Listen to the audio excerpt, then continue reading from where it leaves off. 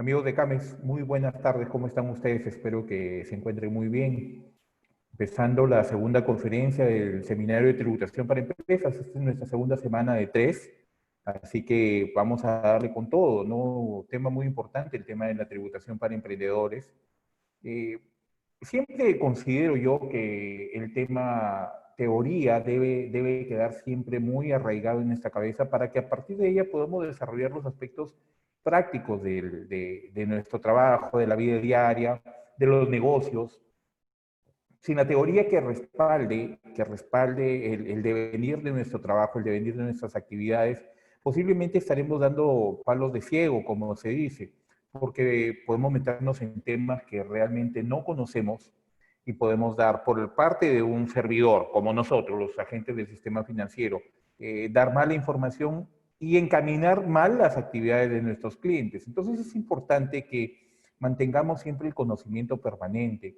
Eh, el comerciante no necesariamente tiene que saber un indicador, tiene que saber la parte estrictamente teórica.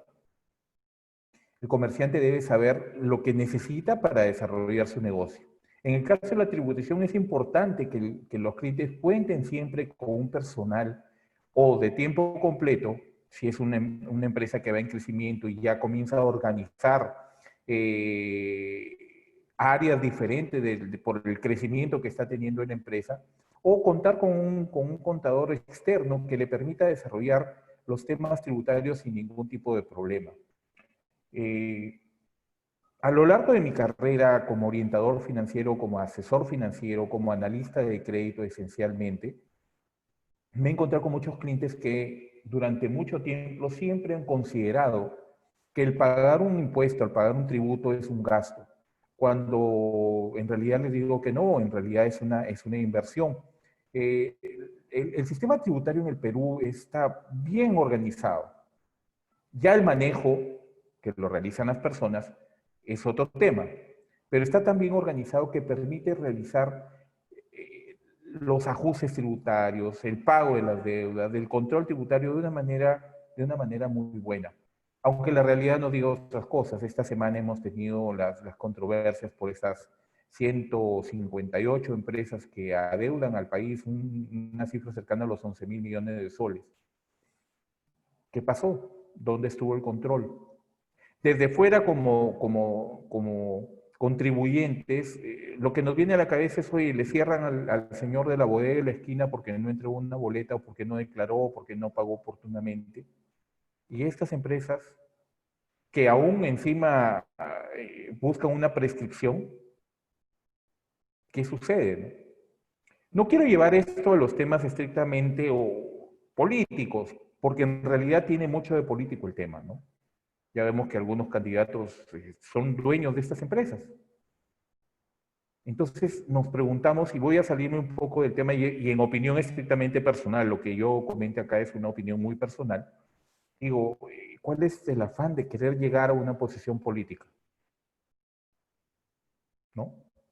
Entonces, yo lo dejo ahí porque no es el ambiente ni el contexto donde debemos hablar de temas políticos, pero debemos pensar en eso, o sea, y bajo ningún punto es, si al de allá no le cobras, yo tampoco pago. No, no, no, el mal de muchos no puede ser solución para todos, ¿entiendes? O sea, la mala actitud, la mala gestión de una persona al frente de un negocio, y el tema de pagar o no pagar lo que le corresponde pagar, no puede ser que se generalice. El problema es que situaciones como esta se pueden generalizar. Cuando vemos estudios de abogados reconocidos, cuando vemos colegios de abogados, cuando vemos que la presidenta de la CONFIEP el día de hoy sale a decir que sí, es un derecho, sí, pues hay derechos, pero los derechos deben ser, donde terminan mis derechos, empiezan los derechos de las otras personas. Entonces el descontento se va generando por ahí. E instituciones como SUNAT, que agrupa no solamente la parte tributaria, sino también la parte aduanera, se ven desprestigiadas por esa situación. Cóbrale a todos. Todos tenemos que pagar los impuestos, sí. ¿Me entienden? Fíjese usted la otra controversia que hay. Hoy, ¿con qué pagamos la ONP? Son casi 11.000 millones que se necesitan. Mira, ve. Si cobras esto, de repente puedes pagar la ONP. ¿Me entiendes? O sea, hay cuestiones muy prácticas que se pueden resolver con una buena gestión. Y hay cuestiones que reclamamos y no cumplimos. O sea, ¿por qué voy a pagar mi impuesto? ¿Qué 20 soles es un gasto? Pero salimos a tirar piedras, a reclamar porque no hay veredas, porque no hay agua, porque no hay luz. Las cosas ideales son las que finalmente, aunque la realidad nos tire un portazo en la cara, son las que deben hacerse. Pero para que se hagan, para poder reclamar, para poder salir a reclamar, debo cumplir, pues. Yo no puedo señalar con el dedo a alguien que no ha pagado sus impuestos si yo no los pago. Por más que me moleste, por más que sea de un partido diferente al que yo pienso o que tengo cercanía, no lo sé, yo no puedo señalar a él si yo no, tampoco pago mis impuestos. Yo no puedo salir a reclamarle a las autoridades, hagan esto, hagan lo otro, si yo no pago impuestos. Si yo voy en el micro, abro la ventana y tiro la cáscara que voy comiendo, de lo que debería no estar comiendo en la calle, por ejemplo. El alcalde, sí, pues, pero ¿y tú qué votas? Por el basurero universal que es la ventana del microbús. De verdad, o sea, todas nuestras acciones tienen consecuencias. Estamos. Entonces, a partir de ahí pensemos que lo que desarrollemos debe estar enmarcado en el camino correcto, debe estar circundado, cerrado por las buenas acciones, por el cumplimiento de las normas, por el pago oportuno de mis impuestos. Que los negocios pueden haber caído, sí, pero han habido medidas de protección a los negocios. No, han sido para algunos. ¿Te has enterado bien si ha sido solamente para algunos o has tenido que cumplir algunos requisitos que no has querido cumplir? ¿Me entienden? El país se va a desarrollar no porque yo protesto. El país se va a desarrollar porque yo actúo diferente. No, que el de allá no lo hace. Su problema. Su problema. Que debemos unir sinergia, lo que siempre digo en todas las conferencias, en los cursos que estoy dictando, es importante, sí. Pero vamos dando ejemplos, pues. No, que el otro no paga, yo sí pago. Entonces, lo que siempre les digo, nuestras acciones van a tener consecuencias. Dejar de pagar impuestos trae consecuencias muy graves. Y las consecuencias graves no son solamente para el país y no son de corto plazo, son de largo plazo. No hay que ahondar en temas numéricos, en cifras, creo yo, para este tema, pero sí es importante crear conciencia en todo lo que hagamos de que debemos cumplir. ¿Cómo le pido yo al cliente que pague puntual si ni siquiera le atendí oportunamente? Le dije que en 48 horas desembolsaba su crédito y se lo fui desembolsando 2 semanas después. Porque el señor me tiene que esperar, necesita a mí, necesita el crédito que le dé. Ah, no, que se aguante la SUNAT, pues yo pago cuando buenamente puedo, no es así. Esa no es una buena gestión de tu negocio. El evadir los impuestos, las tributaciones, no es una buena gestión de tu negocio. Al contrario, dice algo muy malo de ti como persona. No, que el grandazo no paga, su problema. Problema es la SUNAT. Tú cumple. De verdad, tú cumple. Mi nombre es Juan Carlos Pereira, soy bachiller en Economía y especialidad Orientación Financiera, Comercial, Crediticia y de Seguros. Siempre es un gusto estar con ustedes. Sigamos con nuestro seminario, el Seminario de Tributación para Emprendedores, que en realidad, como lo digo, por ejemplo, con el tema de la gestión crediticia y la gestión de riesgos, yo no puedo ser analista de crédito o sectorista de un banco grande si previamente no quemé etapas, ¿ok? Entonces yo tengo que haber empezado a ver análisis crediticio desde una base muy primaria, digamos. Entonces, yo creo que el camino de un analista de crédito debe empezar en una microfinanciera, a ver, créditos de pequeña, de microempresa, por ejemplo, donde te acostumbras a revisar cosas, digamos, por ponerle un ejemplo, una característica muy a mano. O sea, artesanalmente construyes una evaluación que vas a hacer. Yo creo que para el tema del emprendimiento y de la empresa en el Perú, lo mismo debe suceder. Lo mismo debe suceder. El desarrollo de una gran empresa tiene que haber empezado con el desarrollo de una muy pequeña empresa. Porque eres cauto en la inversión que estás realizando, estás caminando los pasos correctos que requiere el desarrollo de un negocio desde el inicio. Lo que normalmente sabemos o conocemos como no puedes correr si no has caminado. Entonces, un emprendimiento debe nacer desde lo más pequeño. Hoy en día tengo a un autor que sigo mucho, que es un experto en el tema de marketing y sobre todo en el marketing de la marca personal inclusive, donde la tendencia hoy día es decir, todos vendemos, en realidad hemos vendido siempre. Que no lo hemos hecho en forma, valga la redundancia, formal, es otro tema. Pero que ahora digas voy a hacer empresa y voy a desarrollar esto, lo otro, eh, es otra situación. Pero a raíz de yo creo que tenemos una buena oportunidad en el emprendimiento por sí mismo, por sí solo, en que a partir de esta emergencia muchas cosas se revolvieron, ¿verdad? Muchos negocios que comenzaron a caer. Pero creo que muchos negocios deberían comenzar a salir hacia adelante. ¿Es utópico, es romántico? Tal vez no, ¿no? Tal vez no lo sea. Pero ese salir hacia adelante quiere hablar de un desarrollo, de un emprendimiento que debe ir creciendo.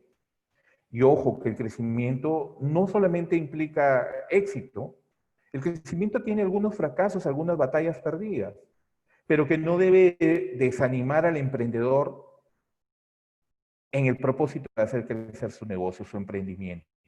Una de esas batallas perdidas, por ejemplo, es el tema tributario. Nos ahogamos con el tema tributario. ¿Pero por qué te ahogas? Te ahogas porque no deberías tener tú todo el conocimiento. Contrata a una persona. Es una inversión para tu negocio. Considera dentro del costeo de tus productos. Considéralo dentro del costeo de la inversión en sí misma. Oye, pero si yo compro esto a un precio y lo vendo al otro precio, ¿cómo llegas al otro precio? No, es que es lo que yo quiero ganar, ya, pero lo que quieres ganar cubre tus costos, tu costo variable inicialmente, tus costos fijos. Es ahí donde debes costear todo. Para mí el costeo es la base del desarrollo de un buen negocio. Porque si no sabes cuánto vale el plato de arroz con pollo con su sopa y su refresco que das en el menú, tú no vas a saber si estás ganando bien o mal. Porque puede ganar, pero de repente no está ganando bien. ¿Me entiende? Como analista de créditos me ha pasado mucho, señora, ya, hoy día se los he contado varias veces. ¿Cuántos platos de arroz con pollo va a sacar? 30 platos, perfecto. Pero esos 30 platos, ¿cuánto de pollo? ¿Cuánto de arroz? ¿Cuánto de alverjita verde? ¿Cuánto de culantro? ¿Cuánto de espinaca? ¿Le pone zanahoria? ¿No le pone? ¿Pimentón? ¿Le pone? ¿No le pone? ¿Cuánto gasto de gas? ¿Cuánto le costó lo que pone de condimentos? Oye, tan minucioso tienes que ser. Qué flojera. No, no, es que no te da flojera porque tú eres un emprendedor y el emprendedor va con todo. Y a partir de ello es que dice, ya, me cuesta tanto ese arroz con pollo. Pero aparte, el local donde trabajo, donde tengo mi negocio, no es propio, pago un alquiler, cárgala de costo. Compro gas para mi cocina o pago el gas natural, no lo sé. Pongo el costo, suma el costo. Y cuando termina de hacer el listado de lo que tienes que gastar, ¿y dónde está tu SUNAT? No, mira, yo soy informal, no tengo RUC. La responsabilidad de un analista de crédito es decirle, mire, por esta vez te voy a atender, te voy a dar un crédito para 3 meses, pero si en 3 meses tú no has regularizado tu situación tributaria, no te vuelvo a atender. El cliente se va a arañar, se va a molestar y cúmplanlo, porque el cliente debe saberlo. Y si hay gente que es emprendedora aquí, que obviamente lo debe haber, deben entender eso, porque formalizarse es lo mejor que ustedes pueden hacer para conseguir cosas en el desarrollo de su negocio, para que su emprendimiento crezca sostenidamente, para que su emprendimiento no caiga. Oye, este está loco, mañana voy a caer porque más pago impuestos que gano. Me lo dijo mi esposa hace 2 semanas. porque la contadora llegó y pedía esto y lo otro. Sí, en el negocio que tiene mi esposa. Sí, pero ni siquiera le voy a decir, ah, sí, pues es un mal con el que debemos convivir como emprendedores. No, no es un mal, les aseguro que no lo es. No lo es, porque tú tienes que, a través de ello estás haciendo inversión pública. Pues está loco, va a decir algún erudito, doctor contable. No, también estás haciendo inversión pública a través del pago de tus impuestos. Porque tú con ese pago tú estás apostando a que se mejoren, que haya desarrollo en tu calle, desarrollo en tu distrito, desarrollo en tu país, en tu ciudad, en tu país. Por eso son importantes los impuestos, lo vamos a ver aquí más adelante en algunos comentarios que tenemos de algún experto en el tema. Por eso es importante que asumamos que si tenemos un emprendimiento, vamos a ir con todo. Ir con todo es pagar puntualmente tus créditos, pagar puntualmente tus impuestos. Si hay alguien que te aconseja no cumplir esto, de repente síguelo, sigue. Si quieres arriesgarte, sí es el mal camino, porque es un mal camino. Pero tienes que seguir por el buen camino. Porque el emprendimiento en el Perú, y lo veíamos la semana pasada, si no me equivoco, es el 80% de los negocios, de las empresas que hay en el país. El 60% en Latinoamérica. Entonces, las economías, desde lo más básico, hasta las economías, la macro, ver números ya mayores como país, se sostienen en el desarrollo de estos negocios. ¿Por qué ese desarrollo no puede ser efectivo? ¿Por qué no puede ser eficaz? ¿Por qué no puede ser eficiente? Entonces, busquemos especializaciones en lo que realizamos. Si vas a vender, a tener una bodega de abarrotes, sé el mejor abarrotero. Y el mejor abarrotero no significa solamente el ganar, ganar, ganar, no. El mejor abarrotero tiene buena gestión. Y en esa buena gestión, el mejor abarrotero cumple con el pago de sus impuestos, con sus tributos. No, que mira, yo me voy a dedicar a hacer y vender mascarillas de la mejor manera. Hazlo, pero hazlo bien, sé el mejor. Y ser el mejor implica pagar tus impuestos, por ejemplo, parte de ello.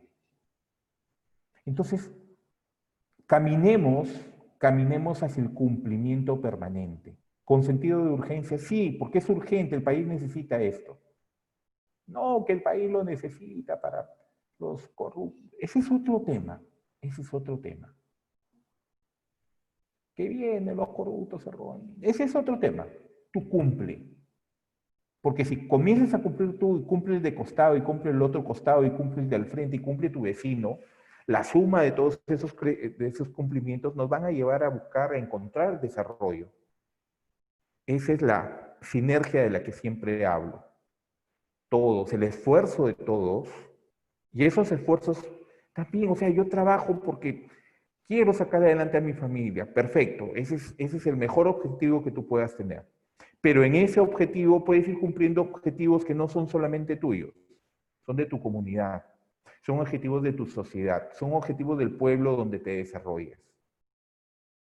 Entonces es importante que conozcamos todo. Es importante que asumamos que tenemos que cumplir. Sin el cumplimiento las cosas no van a salir nunca bien, de verdad, se los aseguro. Se los aseguro. Los mejores consejos que yo le puedo dar a alguien es buscar cumplir. Sí, pero es que si yo cumplo gano menos. Sí, pues, pero si no cumples, lo que ganas ahora no va a ser sostenible en el tiempo, porque ese incumplimiento te va a hacer caer en error. Ese incumplimiento te va a hacer caer en infracción y esas infracciones pueden hacer que cierren tu negocio. Así que lo que ganas ahora va a ser una ganancia efímera, de muy corto plazo.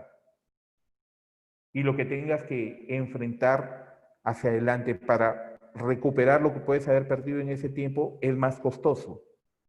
Es más costoso tener cerrado una semana, 2 semanas, 20 días, 30 días tu negocio.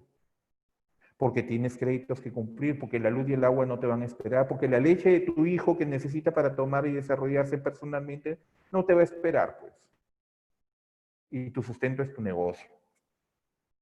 Entonces, y fíjense cómo sale la cadena de cosas, ¿no? De una cosa a otra, de una cosa a otra. Son las consecuencias de nuestras acciones. Actúa bien y vas a ver que te va a ir recontra bien. Recontra bien, no te va a ir bien, te va espectacularmente bien. Piensa en grande.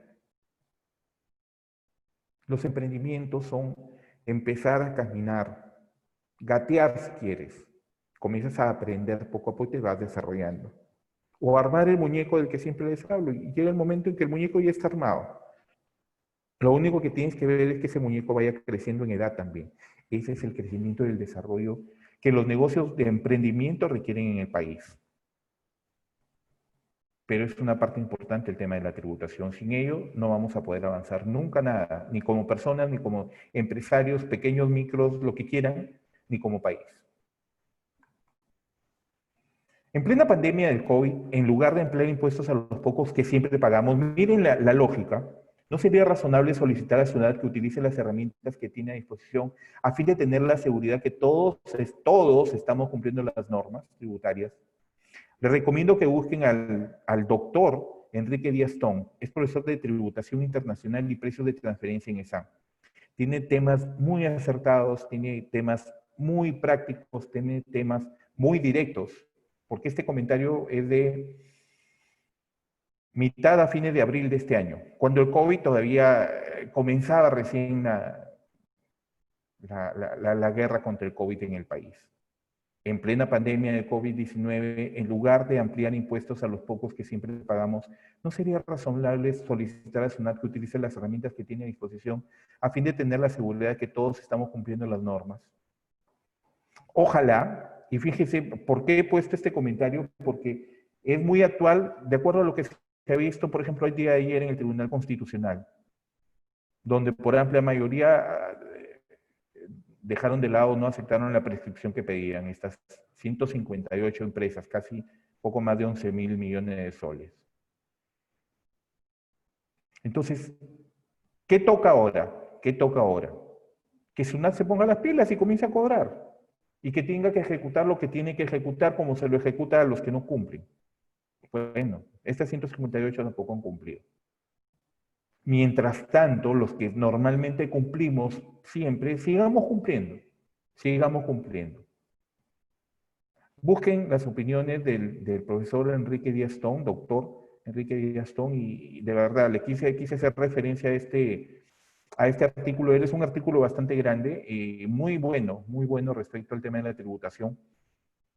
Tiene algunos temas muy teóricos, pero vamos, o sea, aquí estoy para poderlos ayudar. Lo que no entiendan me lo pueden preguntar con toda confianza y si yo no lo sé también, buscaremos inclusive el mismo doctor Enrique Díaz Tón para que nos ayude. De verdad, es importante.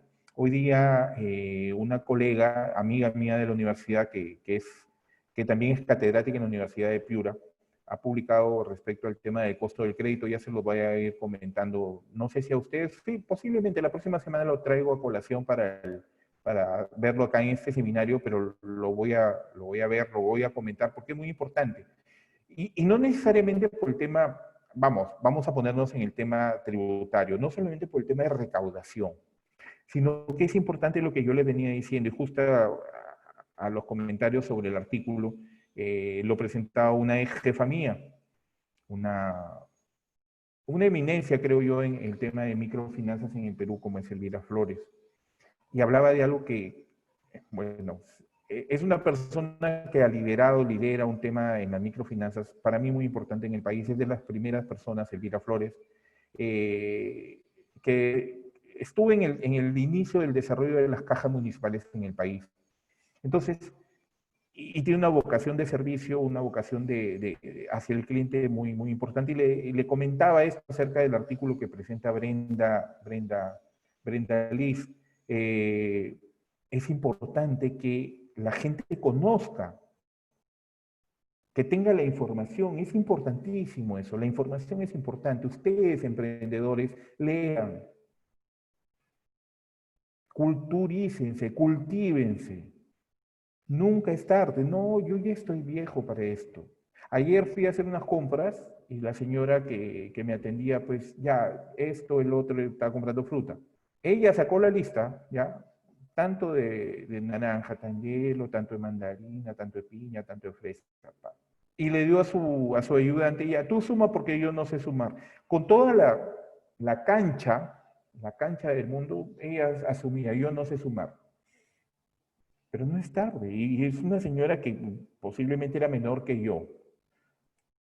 No, yo ya estoy viejo para esto. Mentira. Ya estoy viejo. No, nada, el viejo es el mar y sigue sacando olas.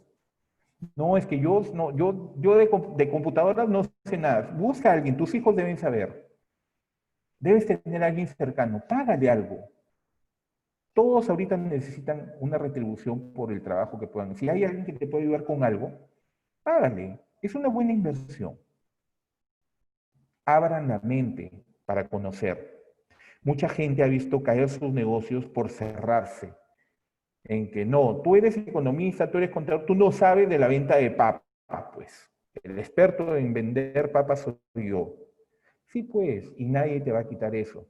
Pero tú no eres el experto en el RUS, en el RUG, en régimen general. No lo sabes. Y no está mal que no lo sepas, no está mal. Pero necesitas, si tú no lo sabes, tener a alguien que te guíe en esto, que te dé la información oportuna, suficiente y necesaria para que no caigas en error. Muchos de estos temas de caída de negocios en el tema estrictamente tributarios, les aseguro que tiene que ver con el error. Consíganse personas profesionales de confianza, porque también hay contadores por ahí que sí, pues, cobran todos los meses, tienen 1000 clientes al que les cobra 50 soles, tienen una buena bolsa, pero tienen tantos clientes que a muchos de ellos los dejan de atender, o atienden bien, de 100 atienden 10 un mes bien, el otro mes a otros 10, el otro mes a otros, no atienden 100, a los 100 los atienden bien permanentemente. Es otro tema importante en el tema de los tributos. De pronto vino una notificación fuerte de parte de SUNAT y tú ni te enteraste. Y cuando le hablas al contador, el contador finalmente después de 6 meses te confiesa que no pagó nunca tus impuestos, a pesar de que te cobraba y tú le dabas la plata para los... Es tanto mensualmente, tanto. No, esta vez, por impuesto a la renta, en el mes de septiembre, por impuesto a la renta me vas a pagar. Impuesto a la renta no es todos los meses. ¿Que provisiones tu impuesto a la renta del año? Sí, pues. Es importante que sepan, que tengan a alguien que se preocupe. Vamos, es importante para mucha gente decir, yo estoy trabajando y desarrollando mi negocio para que mi hijo, mi hija, mi nieto vaya a la universidad. Aprovechen al hijo, la hija, al nieto que está en la universidad. Algo deben saber.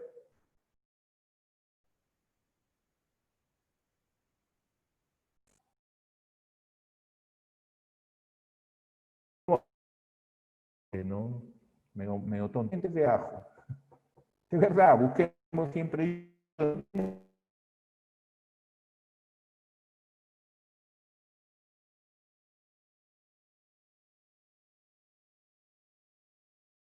emprendedores. Flor de un día.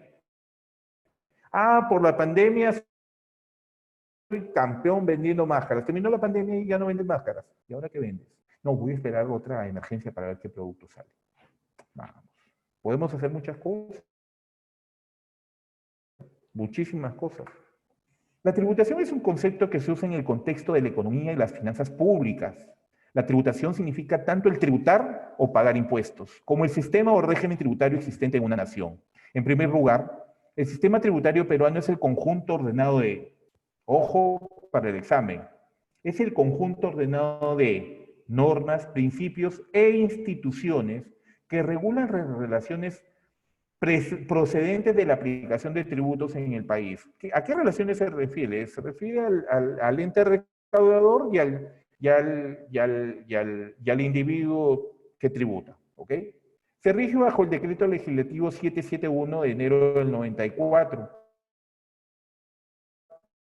denominado como la Ley de Marco del Sistema Tributario Nacional. ¿Cuáles son los elementos del sistema tributario? Y esta es pregunta de examen. El sistema tributario cuenta con 3 elementos principales que sirven de columna vertebral para el funcionamiento eficiente. Debe existir una política tributaria. Miren si esto lo llevamos hacia el tema estrictamente privado. Existe una política tributaria, existe una política financiera en la empresa, existe una política crediticia en la empresa, existe una política de riesgos en la empresa. Lo mismo en las instituciones públicas. ¿Y qué hacen esas políticas? Las políticas están destinadas a ser cumplidas, a desarrollarse. ¿Para qué? Para que en el caso privado, por ejemplo, se logre éxito en la empresa, tenga buenos resultados. En el caso público, que haya una buena recaudación tributaria. que sean menos, cada vez menos los que pagan, y que los que pagan paguen oportunamente y conscientemente, porque este es un tema estrictamente técnico. No es algo traído de los cabellos que a alguien se le ocurrió establecer una política tributaria, no. La política tributaria son aquellos lineamientos que dirigen economía y finanzas, es el ministerio el que dice. Es como, a ver, en una empresa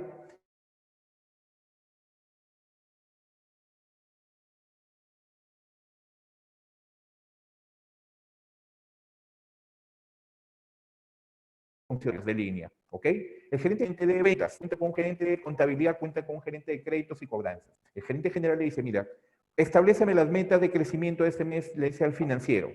El financiero dice, mira, si nosotros tenemos esta producción y el de ventas vende tanto, el contable paga puntual sus impuestos, el de créditos otorga este crédito y tiene una tasa de recuperación de tal, vamos a lograr la meta de un crecimiento de 10% este año. Espectacular.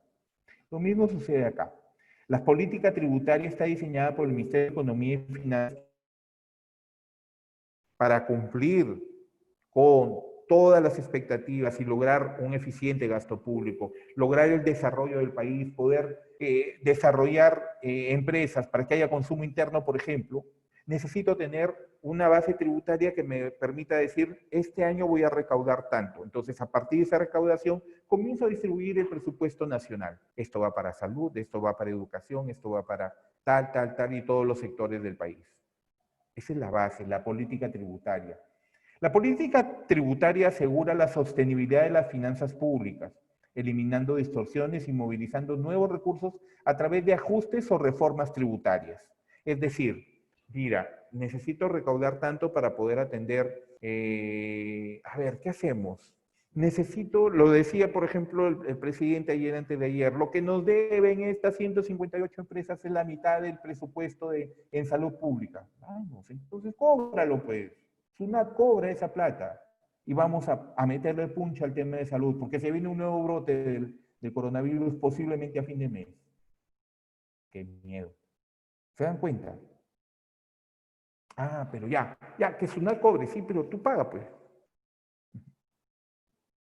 Pues es posible que a fulano no le cobren a tal empresa ya. ¿Y tú has pagado tus impuestos este mes? No, que la emergencia, no. Ya la emergencia, ya tenemos la emergencia, pero tu negocio está funcionando. Sí, pero estoy vendiendo menos. Sí, pero igual lo que vendas tiene que tener una tributación determinada. ¿Me entienden? A partir de la emergencia, dice, la política tributaria asegura la sostenibilidad de las finanzas públicas. Hay emergencia, la gente no está trabajando, no hay reactivación, la economía se ha decaído. Entonces, ¿qué recaudo? ¿No había recaudación estos meses? Por supuesto que ha habido. Hay requerimiento de pagos de parte del ente de control tributario que es la SUNAT. Entonces, se modifican las políticas, se hacen ajustes o reformas tributarias para que esto siga encaminado en lograr una buena recaudación tributaria. Aparte, decíamos anteriormente, existen tres elementos principales que son la columna vertebral para el funcionamiento eficiente del sistema tributario peruano. Primero, las políticas tributarias. Tiene que haber un eje o tiene que haber, digamos, una directriz que diga, esto se tiene que hacer así, se tiene que hacer así, tenemos que lograrlo de acá, tenemos que cobrar esto y tenemos que imponer esta política tributaria. Esa es la política tributaria, la directriz para desarrollar el sistema tributario peruano. Segundo, las normas. Estas políticas deben poner normas que tengan que ver y que estén sustentadas en la legalidad. No puedo cobrar por cobrar y no puedo imponer un impuesto por ponerlo. Debe tener una razón técnica, debe tener un respaldo técnico a esto y legal, obviamente. Entonces, la política tributaria se implementa a través de las normas tributarias comprendidas ¿dónde? En el Código Tributario. Así como existe la Constitución Política del país, existe un Código Tributario. Así como existe un Código Civil, existe un Código Tributario. Donde te dicen, te cobro por esto, vas a pagar tal fecha, tienes que, tales fechas, tales sectores deben hacer el pago, tienen que hacer esto, lo otro, lo otro. El Código Tributario. Es importante que lo sepa el empresario, posiblemente no al dedillo o al detalle, pero posiblemente sí, por lo menos la titulación del sector en el que se encuentre involucrado, los temas que tenga en la revisión que haga del Código Tributario. Capítulo referido a la microempresa, ahí me meto. Y comienzo a leer, comienzo a investigar, o traigo a mi hijo, a mi cuñado, a mi primo, a sobrino, nieto, que estudia contabilidad y me puede ayudar a leer el Código Tributario. ¿Es difícil eso? No, ya estoy viejo. No, hazlo. Porque tú estás viejo, sí, si quieres ya, tú eres viejo, pero tú estás al frente de tu negocio. Y como estás al frente de tu negocio, debes enterarte, debes informarte. Y el otro pilar en lo que sostiene la columna del sistema tributario peruano es la administración tributaria.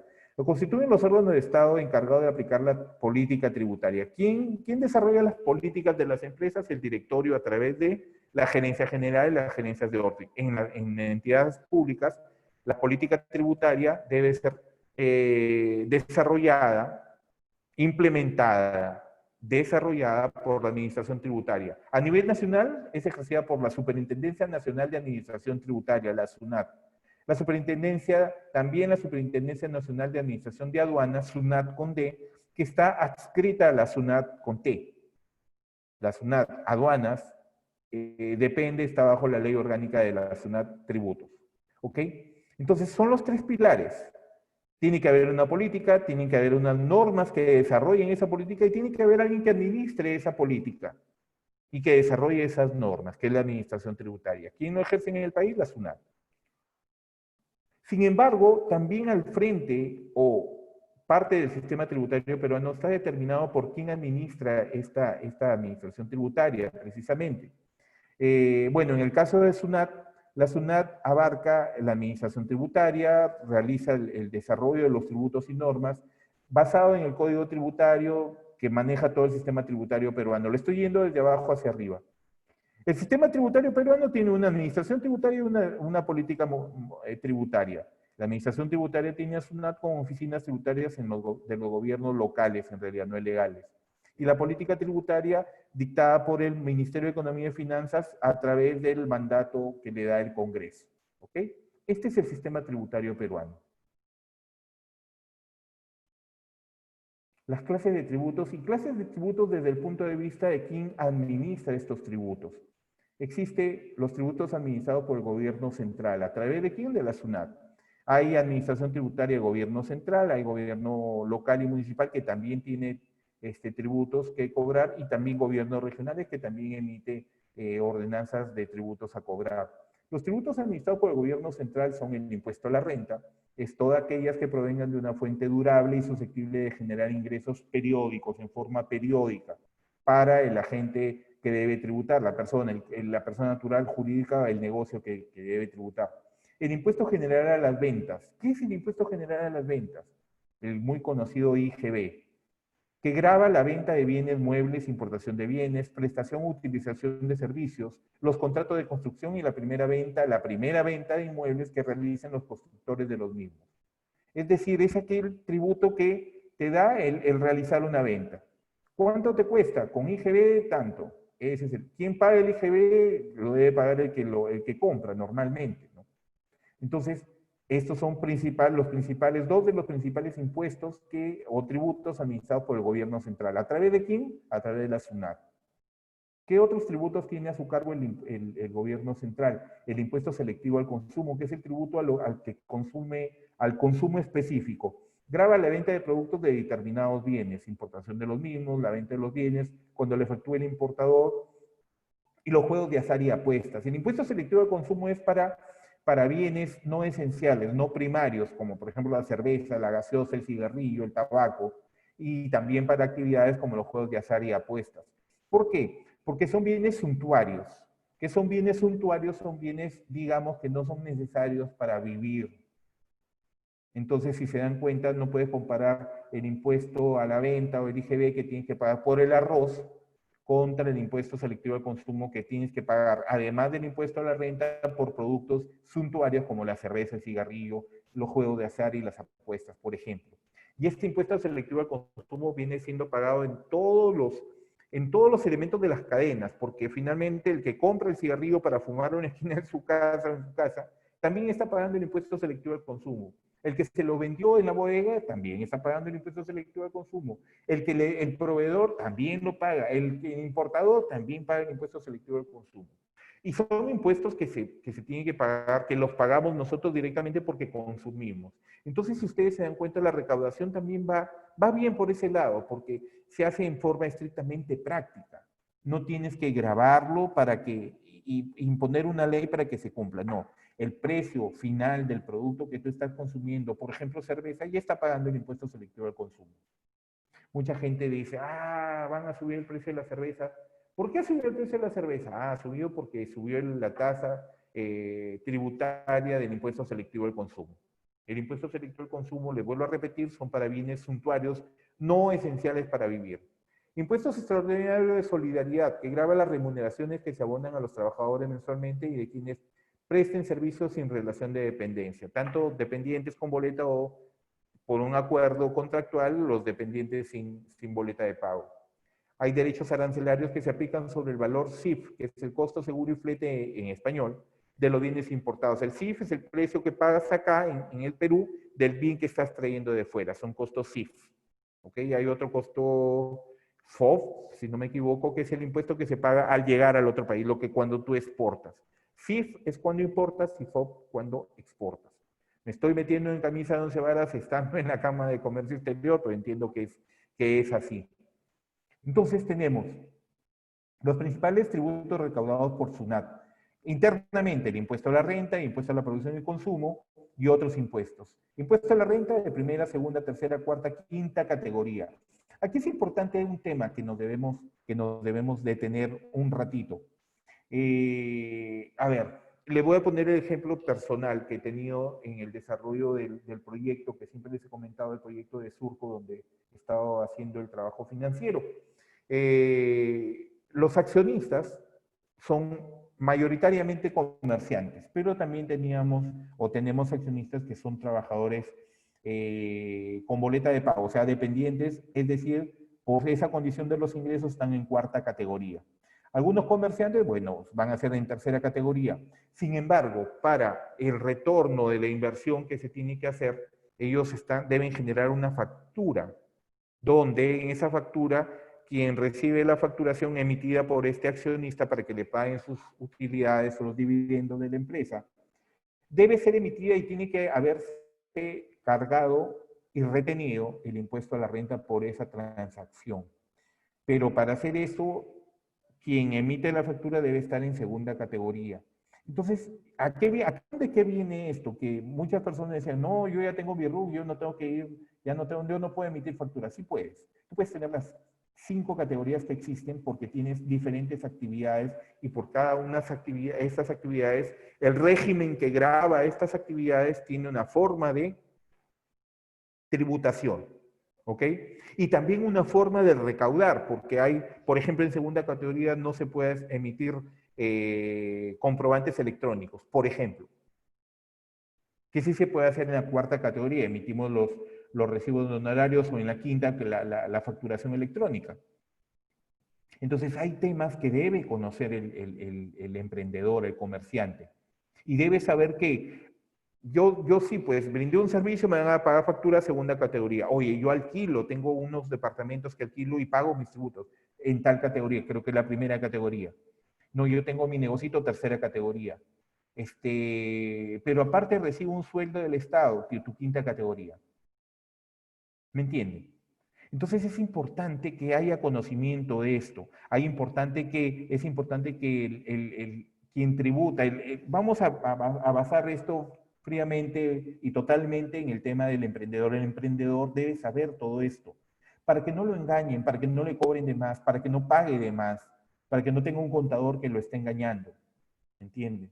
Entonces es importante que tenga conocimiento de todo esto. Si está en el RUS, en el nuevo RUS, si está en el régimen especial RER o si está en el régimen general de las ventas. ¿Qué tema, con qué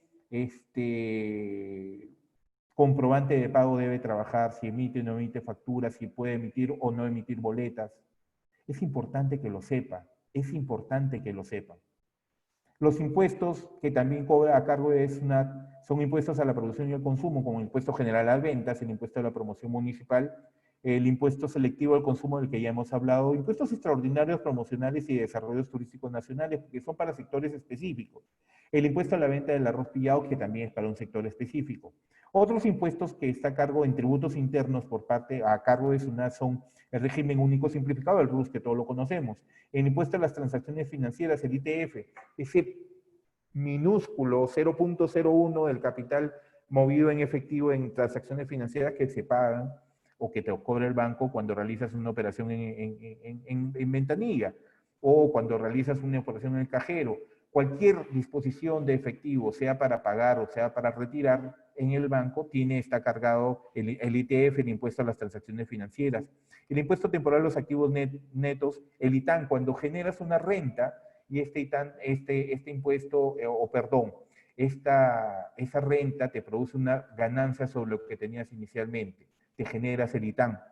Y ahí el ITAN tiene unos temas correctivos en caso del incumplimiento que son bastante fuertes. He tenido la oportunidad de ver empresas que han pagado un montón de soles en ITAN. El impuesto a juegos de casino y máquinas de tragamoneda, el impuesto a las embarcaciones de recreo y el impuesto a rodaje. Si se dan cuenta, estos otros impuestos dentro de los tributos internos son más específicos de acuerdo a las actividades que se estén realizando. Tributos al comercio exterior son el impuesto a la importación, el IGB a las importaciones, el impuesto selectivo de consumo a las importaciones y el impuesto de promoción municipal también a las importaciones. Y algunas contribuciones sociales como son el salud, la ONP o el CENSICO. Entonces, estos son los derechos, tributos, principales tributos recaudados por SUNAT y fíjense ustedes a nivel interno de comercio exterior o contribuciones sociales que debe realizar quienes pagamos los tributos. Las municipalidades tienen estas clases de tributos, por ejemplo, el impuesto predial, que es el tributo de la periodicidad anual que grava el valor de los precios urbanos y rústicos, terrenos, edificaciones e instalaciones fijas o permanentes. No aplica para propiedades de las universidades, centros educativos y concesiones mineras. Ojo con esos temas. Hay que ser muy detallistas en saber quién paga y no paga el impuesto predial. Y si se paga, se tiene que pagar. ¿Ok? Permítame, por favor. A ver, Davixa, buenas tardes. En una duda, ¿cuánto de impuestos me suele retener SUNAT con la suspensión de las retenciones de cuarta categoría? A ver, ahí tengo algo de experiencia y nada positiva, Davixa. ¿Qué pasa? Discúlpame si no te voy a dar montos exactos, es alrededor de 27,000 soles al año que tú sabes que vas a recibir porque emites tus recibos de honorarios profesionales, ¿ok? Si tú esperas que mensualmente lo que te están pagando, si te pagan mensual, o sea, en la periodicidad que te pagan, no va a superar ese monto, que entiendo son los 27,500, debes buscar la exoneración del pago de renta de cuarta categoría. Y es un formulario que te lo dan, entiendo, obviamente debe ser hoy en día virtual, yo lo hice presencialmente en la misma oficina de SUNAT, donde pides que te eviten la retención de cuarta categoría, pero tienes que hacerlo anualmente. Fíjate tú que una vez yo no lo hice y no conocía de esto, y ni siquiera había hablado, y hay un error, digamos, compartido mío y de la contabilidad de la empresa, porque la empresa ni me dijo que no debía y tampoco hizo las retenciones respectivas. ¿Qué pasó? Que me pagaban y me pagaban con recibo de honorarios profesionales todos los meses, y yo no debía porque el monto que iba a obtener mensualmente sumado no sobrepasaba esta cantidad básica para el tema de la tributación de renta de cuarta. Pero tampoco el contador había dicho, nunca emitió esto, ¿no? Y llegó diciembre y recibí pues el 20% de mi sueldo que me pagaban por recibos. Cuando reclamé y todo, era el tema, que no me habían hecho las retenciones durante todo el año y en diciembre, pues, ¿sabes que no le has retenido a Juan Carlos? Recórtale todo lo que le vas a pagar este mes, recórtale lo que lo que no le has retenido.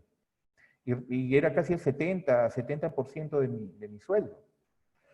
Entonces ya me quedó experiencia. Si hoy en día yo sé que no voy a llegar a ese monto por recibo de honorarios profesionales, es mejor pedir esa anulación. 37,625 anual, Gio, no estoy muy seguro, creo que es menos, es 27,000 y algo. Estoy casi seguro que es algo de 27,000 y algo. En todo caso, lo verificamos de todas maneras, Gio, muchas gracias por el aporte. Entonces, creo que es 27.625 en realidad, no es 37, creo que nos estamos pasando por 10.000 ahí. Entonces, sí es importante que tú hagas el primer mes del año, ni bien empiece el año, en enero vas a SUNAT o lo ves virtualmente, o si lo puedes hacer ahorita inclusive, o sea, si tú sabes que no vas a superar esa cantidad, lo puedes buscar con tu clave SOL. Es importante esto, por ejemplo, que todos aquellos que tenemos que hacer, que pagar esos tributos, muchas gracias por la confirmación en todo caso, muchas gracias. Todos debemos saber nuestra clave SOL, obviamente debes saber tu RUC, debes saber tu clave SOL para que puedas entrar y verificar. Si tú no estás haciendo directamente las operaciones y las hace tu contador, debes tener conocimiento mínimo para que le hagas seguimiento. Hay operaciones que puedes hacer en línea. SUNAT tiene un sistema bastante bueno, aunque a veces se cae porque se satura. Hay que tener paciencia. Y ojo, en temas tecnológicos, ojalá alguien no me vaya a apanar con el tema tecnológico, pero es mejor trabajar todo lo de SUNAT en el Internet Explorer que en el Google Chrome. Ojo, es mucho más rápido en el Internet Explorer, aun cuando el Internet Explorer es lento normalmente. Es una opinión muy personal, es mi experiencia personal. El Internet Explorer es mucho mejor para trabajar los temas de SUNAT. Entonces, es eso, muy buena la pregunta, la suspensión de retención de cuarta categoría de Davixa. Y gracias, Guido, por tus aportes, son muy importantes. Ya ven, entonces hay cosas que podemos ir conociendo de mí hacia ustedes y de ustedes hacia mí, ¿ok? Bueno, el impuesto predial, el impuesto de la alcabala, que grava la transferencia de inmuebles a título oneroso o gratuito. El de la alcabala, por ejemplo, lo paga quien compra un bien. Y está, ¿cómo puedo hacer para aprender a declarar en SUNAT y llevar la contabilidad? Busquemos salidas. Escríbeme, Davixa, con toda confianza. Si no lo puedo resolver yo, veremos quién nos puede ayudar. No te preocupes. No es nada del otro mundo. Primero, no te asustes. Segundo, es buena la intención que tienes para que todo lo lleves al corriente. Sin embargo, por ejemplo, mira, existe una cápite, una parte en la página de SUNAT que habla sobre el tema de tributación para emprendedores, que te dice qué puedes hacer, qué no puedes hacer, qué errores se pueden cometer, qué errores no deberías cometer. También te puede ayudar mucho eso, de verdad. Y si no, igualmente, con mucho gusto te puedo apoyar. Estamos para eso, en realidad, acá. El impuesto a la cabala, le decía, grava, por ejemplo, te costó el bien 1.000 y tú vendes el bien en 10.000, grava, el impuesto es sobre la diferencia entre los 1.000 y los 10.000 que ahora lo estás vendiendo. Muchas veces esa cabala puede ser bastante alta, pero se tiene que pagar, o el impuesto a la renta igualmente, sobre ese bien. Y lo paga quien lo compra. No, en realidad estoy hablando mal. El impuesto a la renta es el que grava esa ganancia. El alcabala es sobre el precio de la venta. Y lo paga el alcabala, lo paga el que está comprando el bien. El impuesto al patrimonio vehicular grava la propiedad de vehículos, automóviles, camionetas y station wagons nacionales importados con una antigüedad no mayor de 3 años. Son de periodicidad anual. El impuesto al patrimonio vehicular grava bienes nuevos en realidad. David, no, estoy a tus órdenes. Perfecto, al final de la conferencia aparecen mis formas de contactar, no hay ningún problema. Veremos cómo te podemos apoyar, no te preocupes. Nos va a estar ganando el tiempo. La importancia de la tributación es lo que les decía casi al comienzo de la conferencia. Los impuestos constituyen una herramienta fundamental para que el Estado pueda aumentar los ingresos moderadamente predecibles, mejorar la relación con el ciclo macroeconómico, es decir, cumplir con todos los objetivos macros, PBI, crecimiento anual, etcétera, etcétera, etcétera, y favorecer la redistribución del ingreso en la sociedad y proveer a los ciudadanos de infraestructura, servicios básicos como salud y educación. Ahí radica la importancia de la tributación, del orden tributario, de cumplir con las normativas tributarias. La tributación robustece, fortalece la democracia y la rendición de cuentas por parte de los gobiernos.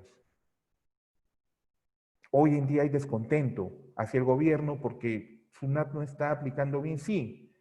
Pero ¿cómo manifestamos nuestro descontento? Y esto es una paradoja. Pagando nuestros impuestos. Donde nos compete desarrollarnos, hagámoslo. En lo que no nos toca, dejémoslas a las autoridades, que ellos hagan lo que tienen. El que no quiere pagar, ya es su problema. Tú cumple. O tomo actitud como, por ejemplo, Davixa Valladares, que tiene temor de que tenga problemas en la tributación y quiere ordenarlo. Me parece fenomenal. Actitudes como esas deberían multiplicarse, ¿ok? La tributación robustece, decíamos, la democracia y la rendición de cuentas por parte de los gobiernos. Además, incentiva la participación ciudadana en los procesos políticos. Yo confío en la política. Yo confío en la política porque quiero llegar ahí para, por ejemplo, hacer cumplir esto. No quiero llegar ahí para evitar que me cobren impuestos a mis empresas. No, quiero llegar ahí para hacer que esto se cumpla. ¿Ok? Instando que los ingresos tributarios se inviertan de una manera inteligente en la consecución del bien común. Los tributos son para cumplir con el bien común de todo el país, no solamente de un grupo. ¿Qué es el RUC? Es un padrón en el que deben registrarse los contribuyentes de los tributos administrados por SUNAT y constituye una base de datos cuya información es actualizada permanentemente por los contribuyentes y por la misma SUNAT.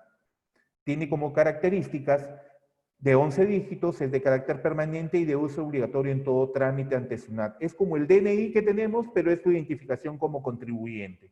Es necesario tenerlo, les recomiendo que todo el mundo tengamos nuestro RUC.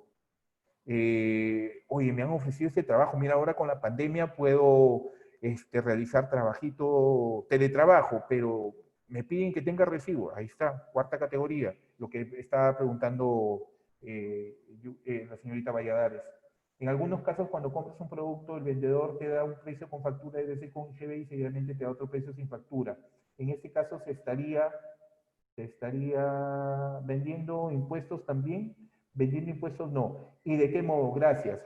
¿Se está evadiendo impuestos? Sí. ¿De qué modo? Que te dice el pata, yo te doy tu precio, si lo quieres más caro, en realidad debería decirte, si quieres pagar tus impuestos, esto va con IGB y cuesta tanto. Y lo más, para mí, resaltante es que no debería hacerte esa propuesta porque te está instando a que cometas una transgresión a las normas, un error, por no decirte un delito. Chino, bueno, no sé tu nombre, discúlpame. Buenas tardes, ¿cómo estás? ¿Me entiendes? Entonces, sí, estás evadiendo impuestos porque no estás cumpliendo. Entonces, quiere decir que a esta persona que te ofrece el producto, ¿lo quieres pagar con IGB o sin IGB? Sin IGB te cuesta 5, pero con IGB te cuesta 6.50. Yo que soy un emprendedor y que mira, el último sol me cuesta ganármelo. No, dámelo sin IGB. Perfecto, te llevas tu producto. Mañana viene una inspección de SUNAT y te hace un inventario de tu mercadería. ¿Dónde compró? Ah, lo compré en el proveedor tal. La factura o boleta de ese producto. No, es que me preguntó si pagaba con IGB o sin IGB y yo elegí pagar sin IGB. Multa para usted. Porque está apoyando la evasión de los impuestos. Es así de simple, de verdad, Víctor Raúl. Es así. Es así. No apoyes la evasión de impuestos. No apoyemos nunca la evasión de impuestos. Microempresa, según el decreto supremo 13 del 2013, produce la unidad económica constituida por una persona natural o jurídica, bajo cualquier forma de organización o gestión empresarial. Tiene como objeto desarrollar actividades de extracción, transformación, producción, comercialización de bienes o prestación de servicios.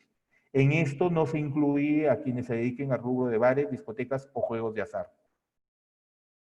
La próxima semana, en este mismo taller, en este mismo seminario, vamos a decir algunas precisiones respecto a ese tipo de actividades. Definiciones importantes también es saber que la microempresa tiene como tope ventas anuales hasta el monto máximo de 150 UIT. ¿Cuánto está la UIT ahorita? 4.600, si no me equivoco. Por 150, esa es una microempresa. Pequeña empresa que tiene montos anuales mayores a las 150 UIT y hasta un monto máximo de 1.700 UITs. Mediana empresa son ventas anuales superiores a las 1.700 y hasta el monto máximo de 2.300 UITs. Aquí no hay consideraciones respecto al número de trabajadores para categorizar a las empresas. Acá tiene que ver con las ventas. ¿Por qué? Porque son las ventas las que se reportan para el tema tributario. ¿Ok? Las MIPES que se constituyen como personas jurídicas realizan mediante escritura pública sin exigir la presentación de minuta. Las MIPES pueden constituirse vía internet por el portal de Servicio al Ciudadano de serviciosalciudadano.gov.pe. Es importante, datos importantes, chicos. La constitución mediante este servicio culminará con la entrega de la constancia de inscripción de la empresa en registros públicos. la asignación de un número de RUC y la entrega de la clave, la clave SOL por parte del notario. Para constituirse como persona jurídica, la MIPE no requiere del pago de un porcentaje mínimo de capital suscrito. En caso de efectuarse aportes dinerarios al momento de la constitución, el monto que figura como pagado será acreditado con una declaración jurada del gerente de la MIPE y quedará consignada en la respectiva escritura pública. ¿Ok? Nos hemos excedido bastante del tiempo. Quedan algunos temas pendientes acerca de los regímenes. No se preocupen, de todas maneras los vamos a ver. Iniciando nuestra conferencia de la próxima semana, el próximo miércoles a las 4 de la tarde. Mi nombre es Juan Carlos Pereira Gil, estos son mis contactos, mi correo electrónico, mi número de celular por el WhatsApp y mis redes sociales. Siempre es un gusto estar con ustedes, siempre es un gusto conversar con ustedes, siempre es un gusto llevar un tipo de conocimiento para ustedes, de experiencia sobre todo. Estoy a sus órdenes, y si quieren contactar conmigo, estoy a sus órdenes. Es un gusto estar con ustedes. Nos vemos mañana en el seminario, 4 de la tarde también, en el seminario de herramientas de negociación, el sábado en el seminario de dirección de empresas familiares, los viernes y sábado en el horario de 12 a 1 y de 5 a 6, viernes y sábado, estamos al frente del curso de gestión crediticia. Aquellos emprendedores, aquellos empresas familiares que les interese, les recomiendo también chequear este curso de riesgo crediticio porque tiene mucho que ver con la actividad empresarial, sobre todo de microfinanzas. Es importante siempre estar con ustedes. Para mí es un gusto estar con ustedes. Que Dios les bendiga y si Dios quiere nos vemos mañana en el seminario de herramientas de negociación a las 4 de la tarde. Un gusto siempre estar con ustedes. Saludos, que Dios les bendiga. Muchas gracias.